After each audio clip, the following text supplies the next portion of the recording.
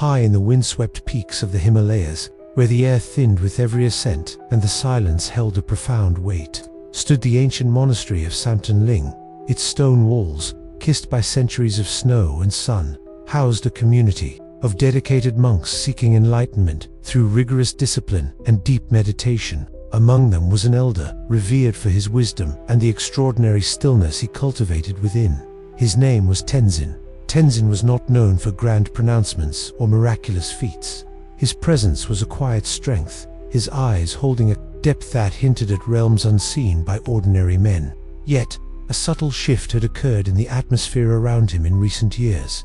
After prolonged periods of solitary meditation, he had begun to speak of vivid and unsettling visions, not visions of celestial paradises or enlightened beings, but of a dark and terrifying realm, a place of unimaginable suffering. He described landscapes scorched by eternal fires, rivers of boiling blood, and grotesque figures tormented by unspeakable punishments. He spoke of the cacophony of wails and screams, the stench of sulfur and decay, and the oppressive darkness that clung to every corner of this horrifying domain. He recounted encounters with beings twisted by malice and despair, each bearing the marks of their earthly transgressions. Initially, the younger monks listened with a mixture of awe and apprehension, attributing these tales to the profound depths their elder had reached in his meditative states. Perhaps, they reasoned, these were symbolic representations of inner turmoil, manifestations of the ego's shadows. But Tenzin's descriptions were too detailed, too visceral to be dismissed so easily. He spoke of specific torments for specific sins, of the architecture of this infernal place, and the hierarchy of its tormented inhabitants with a certainty that chilled their very souls. Word of Tenzin's visions began to spread slowly beyond the monastery walls. Carried down the mountain by visiting traders and wandering pilgrims, whispers circulated in the nearby villages of a monk who claimed to have journeyed to the depths of hell itself through the power of his mind, centuries before any Western scribe had dared to imagine such a place with such vivid detail. These whispers, like seeds carried on the mountain winds, would eventually travel far, hinting at a mystery that lay shrouded in the ancient silence of the Himalayas. As Tenzin's accounts of his meditative journeys into what he called the lower realms became more frequent and elaborate, a subtle unease settled within the monastic community. While they held deep respect for their elder, doubts began to surface in the minds of some. The Buddhist teachings spoke of various realms of existence, cyclical and interconnected, but Tenzin's descriptions held a stark finality, a sense of eternal damnation that seemed at odds with the philosophy of rebirth and ultimate liberation. Some of the younger monks, steeped in the canonical texts, would discreetly discuss the discrepancies. Were these truly visions, or were they perhaps vivid nightmares brought on by prolonged solitude and the rigors of ascetic life? Could the mind, pushed to its limits, conjure such terrifyingly real illusions? However, a core group of Tenzin's closest disciples remained unwavering in their belief. They had witnessed his profound states of meditation, the serene stillness that radiated from him even after he recounted his harrowing experiences. They saw the genuine distress in his eyes as he spoke of the suffering he had witnessed, the burden he seemed to carry for the souls trapped in that dark abyss. One of his most devoted followers, a young monk named Lobsang, spent countless hours in quiet contemplation, trying to reconcile Tenzin's descriptions with his understanding of Buddhist cosmology. Lobsang was struck by the consistency of Tenzin's narratives. Over the years, the details remained remarkably similar. The layout of the infernal regions, the nature of the punishments, the lamentations of the damned, all painted a disturbingly coherent picture. Lobsang also observed the profound impact these experiences had on Tenzin. The elder's compassion seemed to deepen, his commitment to helping others escape suffering becoming even more fervent. He spoke with a renewed urgency about the importance of ethical conduct and the consequences of negative actions, his words carrying a weight born not just of scripture, but of first-hand, albeit in meditation observation. The disciples who believed in Tenzin argued that perhaps the nature of reality was more complex than they currently understood. Maybe meditation, when practiced with such intensity, could indeed open pathways to other dimensions, realms beyond their ordinary perception. They saw Tenzin not as a fantasist, but as a reluctant witness, a spiritual explorer who had stumbled upon a terrifying truth. The debate within the monastery remained unspoken for the most part, a quiet undercurrent of curiosity and skepticism flowing beneath the surface of their daily routines. Tenzin rarely spoke of how he entered this terrifying realm. He would only say that it began in the deepest states of samadhi, a profound absorption in meditation where the boundaries of self seemed to dissolve. It was not a conscious decision to descend, but rather a pull, a shift in awareness that drew him away from the familiar reality of his physical form and the quiet sanctuary of his mind. He described the initial transition as a sensation of falling, a plummeting through endless darkness accompanied by a growing sense of dread. The silence of his meditative state would gradually be replaced by a low, distant moaning that grew in intensity as he continued his descent. Colors, once the soft hues of his inner vision, would twist into lurid, unsettling shades. The landscape that eventually materialized was a stark contrast to the serene beauty of the Himalayas. Jagged, black mountains clawed at a perpetually overcast sky, casting long, distorted shadows. Rivers flowed not with water, but with molten rock or viscous, black fluids that seemed to writhe with unseen entities. The air was heavy with the stench of burning and decay, a suffocating miasma that clung to him even after he returned to his physical body. Tenzin spoke of pathways that wound through this desolate terrain, often leading to vast caverns where the truly horrific sights unfolded. Never felt like an active participant in these journeys, but rather an observer, a spectral presence moving through scenes of unimaginable suffering. He could see and hear the tormented souls, but they seemed unaware of his presence, lost in their eternal anguish. He described beings impaled on fiery stakes, others eternally consumed by flames, yet never reduced to ash, and still more subjected to bizarre and cruel tortures tailored to the sins they had committed in their past lives. The sounds were a constant assault on his senses, the screams of agony, the gnashing of teeth, the despairing cries that echoed through the desolate landscape. These meditative journeys left Tenzin physically and emotionally drained. He would often spend days in quiet contemplation after such an experience, the weight of what he had witnessed heavy on his heart. Yet, he felt compelled to continue these inner explorations, driven by a sense of responsibility, as if he were being shown this realm for a reason he was yet to fully understand. What struck Tenzin most profoundly during his meditative descents was the deeply personal nature of the suffering he witnessed. It was not a generalized torment, but a precise and agonizing reflection of the individual's earthly actions and intentions. He saw those consumed by greed, forced to endlessly consume burning metal, their thirst never quenched. Those who had spread lies and discord had their tongues ripped out and replaced, only for the new tongues to spew forth more venomous falsehoods, perpetuating their agony. He observed a cruel mirroring of earthly vices. The arrogant were forced to grovel in filth, their former pride turned to utter humiliation.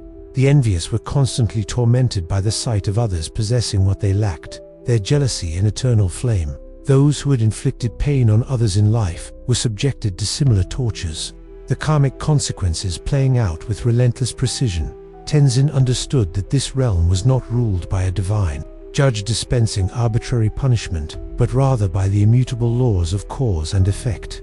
The suffering was self-inflicted, the inevitable result of negative actions and unwholesome mental states cultivated during life. The darkness of this realm was a reflection of the darkness within the hearts of its inhabitants. He began to discern patterns in the torments, a grim logic underlying the seemingly chaotic suffering. Those who had clung fiercely to their ego were stripped bare, their sense of self dissolving in endless pain and degradation. Those who had been consumed by hatred found themselves surrounded by nothing but animosity, their own negativity reflected back at them in terrifying forms. These observations reinforced the core tenets of Buddhist philosophy within Tenzin's understanding. He saw firsthand the profound importance of cultivating compassion, of practicing ethical conduct, and of diligently working to purify the mind of negative emotions. The visions were not merely terrifying spectacles, but potent lessons in the fundamental principles of karma and the cyclical nature of suffering. He realized that the hell he was witnessing in meditation was not a distant, external place, but a potential reality born from the choices made in this very life. This understanding fueled his resolve to guide others towards the path of liberation, away from the causes that led to such profound and enduring anguish. Asterisk, asterisk. The descriptions Tenzin brought back from his meditative journeys began to subtly influence life within Samten Ling. While the elder monk never imposed his visions as doctrine, his accounts resonated deeply with the principles the monks already studied. The tales of suffering, so vivid and visceral, lent a new urgency to their practice. The abstract concepts of karma and impermanence took on a frighteningly tangible form. Lobsang, in particular, found himself contemplating Tenzin's words during his own meditation sessions. He noticed a heightened awareness of his own thoughts and actions, a more acute recognition of the seeds of negativity that, if left untended, could potentially lead to such dire consequences. He began to question the nature of reality more profoundly, wondering about the thin veil between the visible and the unseen. Could Tenzin truly be traversing these realms, or was he tapping into a collective unconscious, an archetypal representation of humanity's darkest fears and failings? Lobsang didn't have answers, but the questions themselves deepened his practice. Some of the older, more traditional monks, however, remained skeptical, albeit respectfully so. They worried that focusing too much on such terrifying visions might instill fear rather than genuine understanding, potentially hindering the path to liberation through attachment to aversion. They believed that the focus should always be on cultivating wisdom and compassion, not dwelling on the torments of lower realms, which were often considered symbolic rather than literal destinations. Yet, even among the skeptics, a new sobriety settled over the monastery. Jokes were fewer, and conversations often drifted to the deeper meanings of their vows. There was a renewed dedication to their daily rituals, a more earnest effort in their prostrations and chants. The air of quiet contemplation grew thicker, as if the very possibility of Tenzin's experiences had imbued their sacred space with a heavier, more profound silence. Tenzin himself seemed largely oblivious to the internal debates his visions sparked. He continued his profound meditations, his physical form often appearing fragile and ethereal upon his return, his eyes holding a faraway gaze.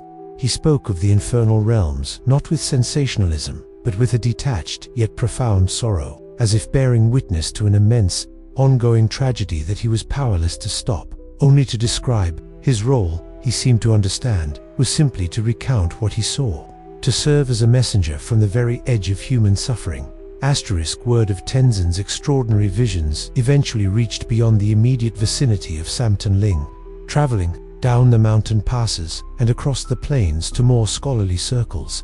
Among those who heard the tales was Professor Alistair Finch, a British Orientalist and philologist from Oxford, who had spent decades studying ancient Eastern philosophies and religious texts. Intrigued by the persistent and detailed nature of the monks' accounts, particularly the recurring descriptions of a structured inferno, Professor Finch decided to undertake the arduous journey to the remote monastery. Finch arrived at Samten Ling after weeks of travel, his initial skepticism warring with a deep academic curiosity. He was a man of meticulous research and empirical evidence, and the idea of a monk visiting hell in meditation seemed, on the surface, to defy all logical explanation. Yet the consistency of the stories, their surprising coherence, compelled him. He was granted an audience with Tenzin. The meeting was not what Finch had anticipated. He expected an eccentric mystic, or perhaps a charlatan.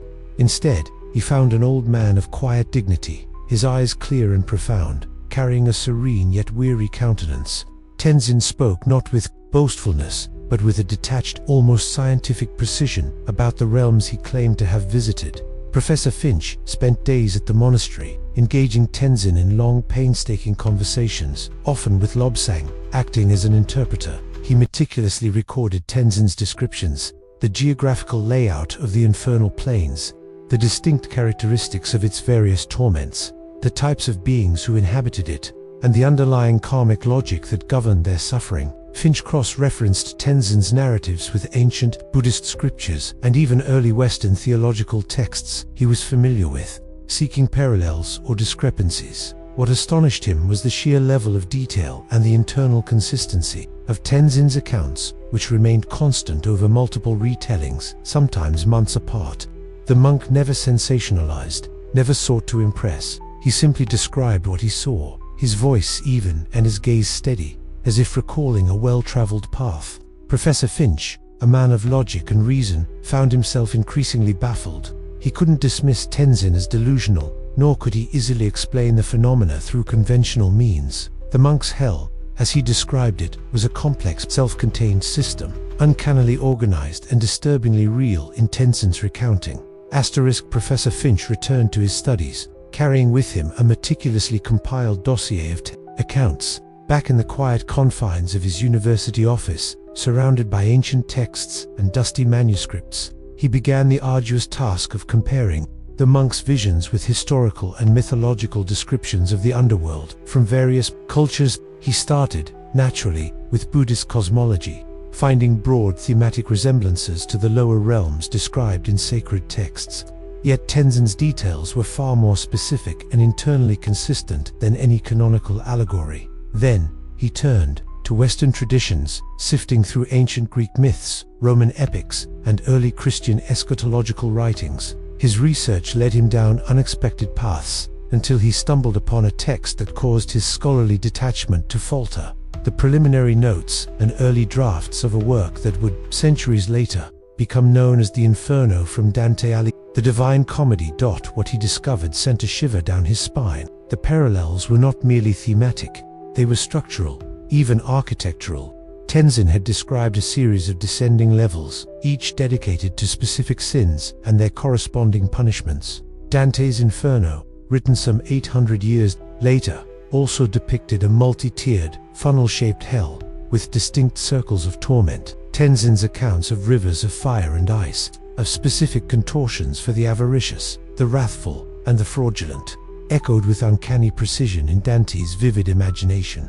There were differences, of course. The cultural and religious frameworks were distinct. Tenzin's hell was driven by karma and the impersonal law of cause and effect, while Dante's was a divine judgment. Yet, the form of the suffering, the very architecture of the damned realms, presented unsettling oddities. Finch found himself staring at his notes, a profound sense of disbelief and wonder washing over him.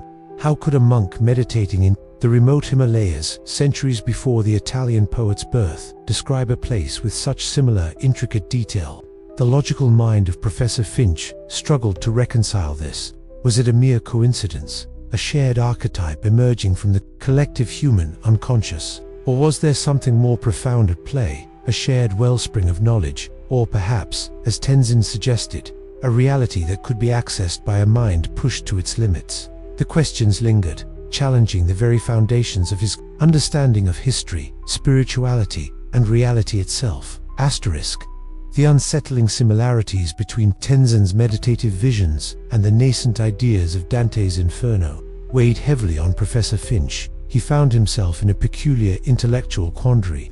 As a scholar, his training demanded logical explanations, empirical evidence, and historical causality. Yet Tenzin's accounts defied these conventional frameworks. He couldn't simply dismiss the monk as a fraud. Tenzin's sincerity was undeniable, and his descriptions were too consistent, too detailed, and too remarkably aligned with ideas that wouldn't fully coalesce in the West. For centuries, Finch grappled with the implications. If Tenzin was truly accessing a lower realm through meditation, what did that say about the nature of reality itself?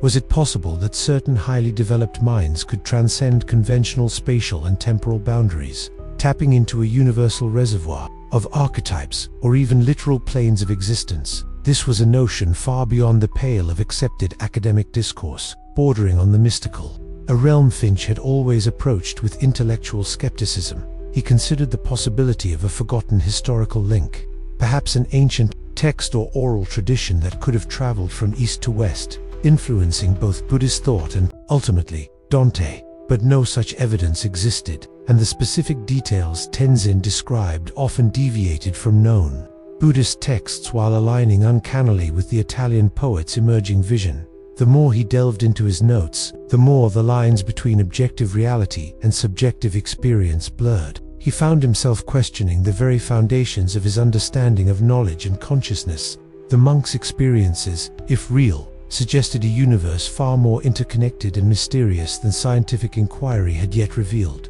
Professor Finch kept his findings largely to himself. He knew that presenting such a radical theory, unsupported by conventional evidence, would likely undermine his academic credibility.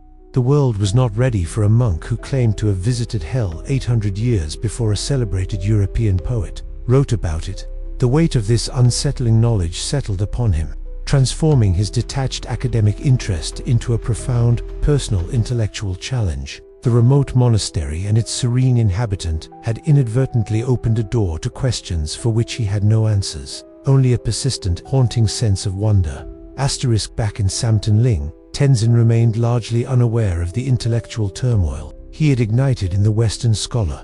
His focus was not on academic validation or the historical implications of his visions, but on their spiritual significance. As his meditative journeys continued, he began to understand that his experiences were not merely personal revelations, but perhaps a profound lesson intended for the wider world, communicated through him. He believed he was being shown these terrifying realms not to induce fear, but to serve as a stark reminder of the consequences of unwholesome actions and negative karma. His descriptions became less about sensationalism and more about the underlying principles of cause and effect, illustrating with vivid detail how every thought, word, and deed resonated through existence. The suffering he witnessed was not a punishment inflicted by an external deity, but the inevitable ripening of seeds sown by the individuals themselves. Tenzin started to subtly shift his teachings, emphasizing compassion and ethical conduct with renewed urgency. He spoke less of the abstract concept of karma and more of the tangible suffering he had observed.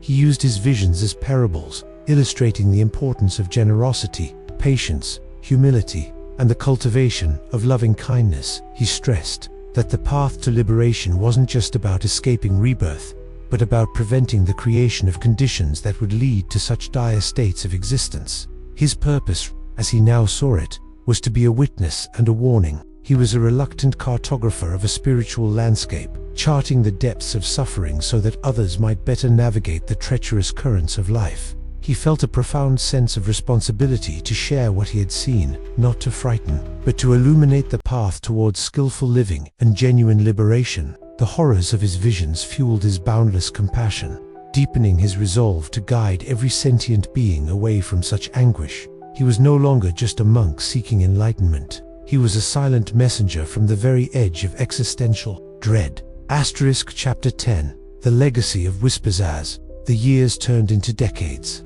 The monastery of Samten Ling continued its quiet existence. Perched like a timeless sentinel amidst the towering peaks, Tenzin's physical form grew more frail, but his spirit remained undimmed, his eyes still holding that profound, distant gaze. His meditative journeys into the lower realms eventually ceased, or perhaps he simply no longer spoke of them. Yet, the echoes of his detailed descriptions lingered within the monastery walls. Lobsang, now an elder monk himself, carried the torch of Tenzin's unique teachings. He emphasized the importance of understanding karma not as a punitive force, but as a precise mechanism for growth and transformation. He recounted Tenzin's visions, not as fantastical tales, but as stark reminders of the inner landscapes that could be cultivated through unskillful actions. The vividness of Tenzin's accounts had etched themselves into the collective memory of the monastic community, serving as a powerful impetus for deeper practice and greater compassion. Outside the monastery, the whispers continued to spread, albeit slowly and often distorted by distance and retelling. Traders who had once passed through Samten Ling carried fragmented tales of the monk who saw hell.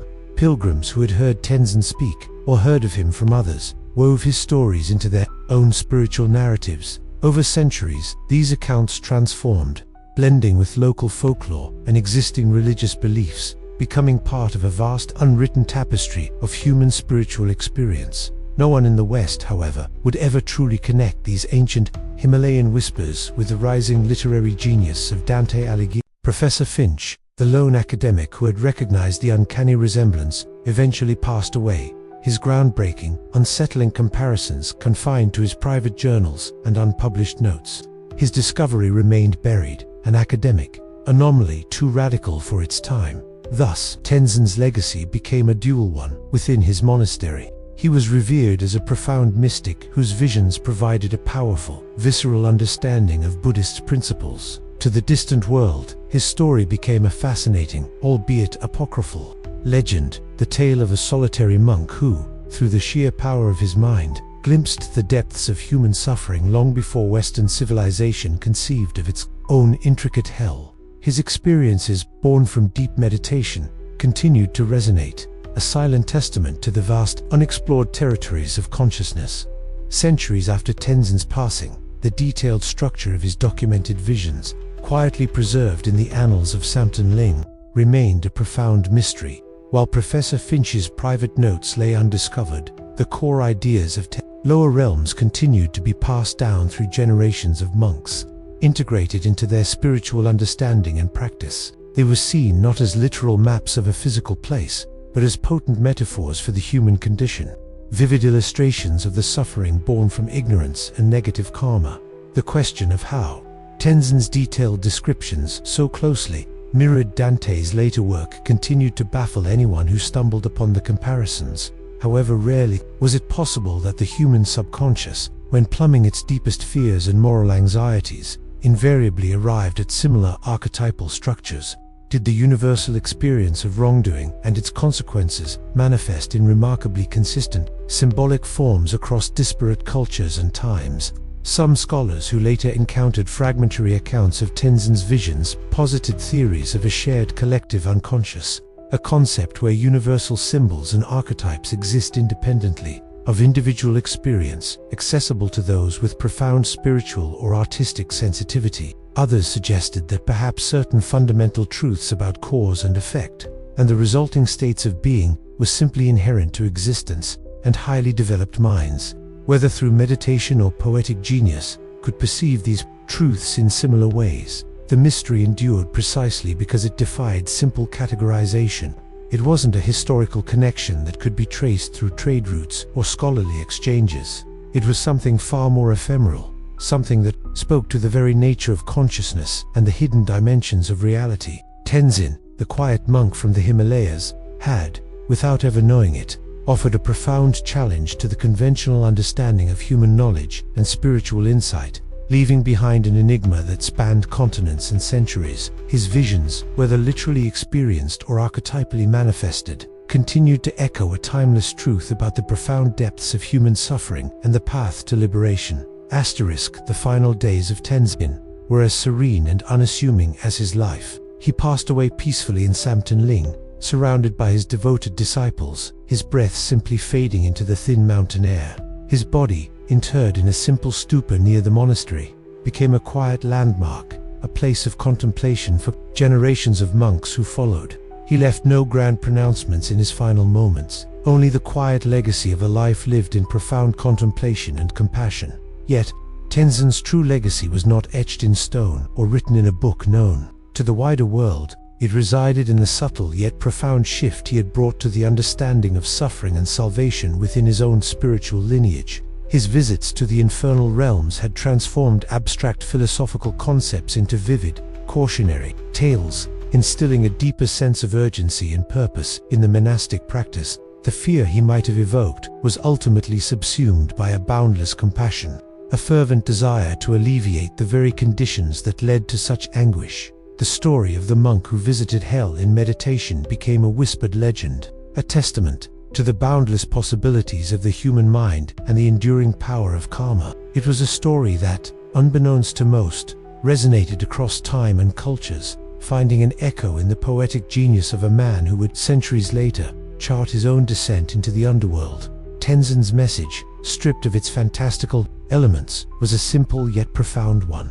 The hells we experience, whether in vivid meditation, in the throes of mental anguish, or in the painful consequences of our actions, are often of our own making, and conversely, liberation from suffering is also within our grasp, attainable through kindness, wisdom, and the tireless cultivation of a pure heart. The monk, who said he walked through hell, offered, in his quiet way, a timeless map to heaven. His was a story of a silent journey, yet its echoes resounded with a truth as old as humanity itself.